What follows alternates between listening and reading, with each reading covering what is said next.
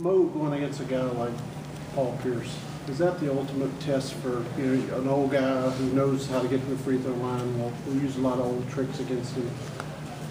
How will that be for Mo? Another chance to face a veteran guy like that. Great challenge because just in particular Paul's game, just extremely savvy with pump fakes, efficient with movement, has ability to get to the rim and draw fouls and shoot the three.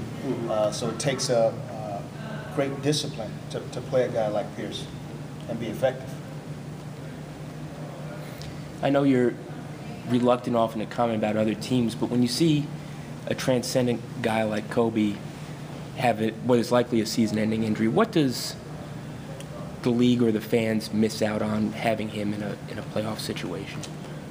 Great thing, Josh, is I'm going to stay consistent and avoid addressing other teams' issues.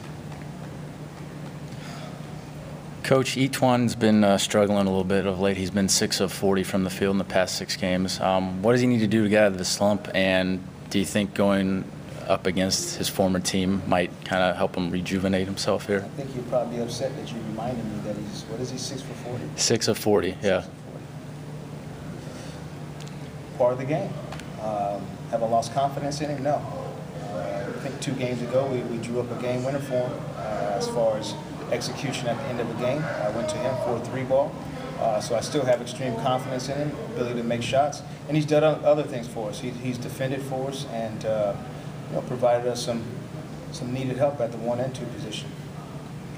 With a team that's so young, as you draw toward the end of some of the long season for these, especially for the younger guys, what, if anything, have you said to them about just finishing up this cycle strong and make sure like they that it's at the end of the road, but they still have to put up the effort here for these last couple of games? We don't change. Our shoot-arounds have been the same. Our practices have been the same. And for me, that's the way it's business as usual. This is your job. And your job doesn't stop because there's 4 or 3 or how many games left in the season. There's no need for me to give you a sermon about what games are left. This is your job. I'm going to treat you like a man. Jacque, you said you'd taken little bits of every coach you played for, you took little pieces. What did you get from Doc? I know you've mentioned his pregame speeches and his motivational tactics. What did you take for him? I think his overall just ability to relate to guys, and I know it stems from him being a player, and I think just the way he's pushed guys, been able to find out ways how to get the best out of guys, and that's really from knowing each individual. And I think he has a great ability to relate to people and get the most out of them.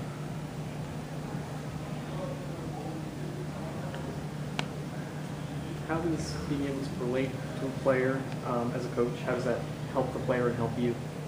Well, you have to, a player wants to genuinely feel like you want him to do well, and it has to be genuine, and I need to know about you. I need to actually care about you, and a player needs to feel that way.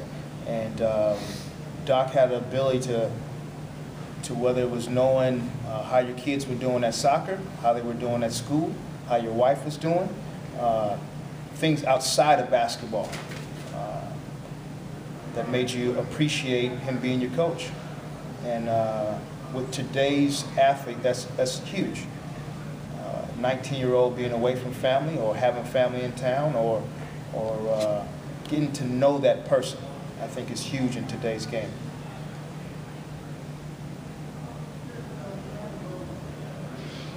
Did you happen to see the quote from Jason Terry?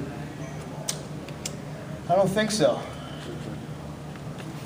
He was saying they need to win one more game to lock up the 7th seed, and he was saying tonight was a must-win. And he said Orlando's terrible.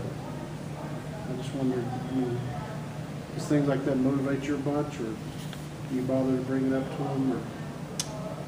Not one bit. We'll start 5 guys. They'll start 5 guys, and we'll go play. Just wondering if a little fuel on the fire, No fuel from my old teammate. That's my old teammate. Where'd you play with him? Atlanta. Atlanta? Oh, okay. right? All right. Thanks, Coach.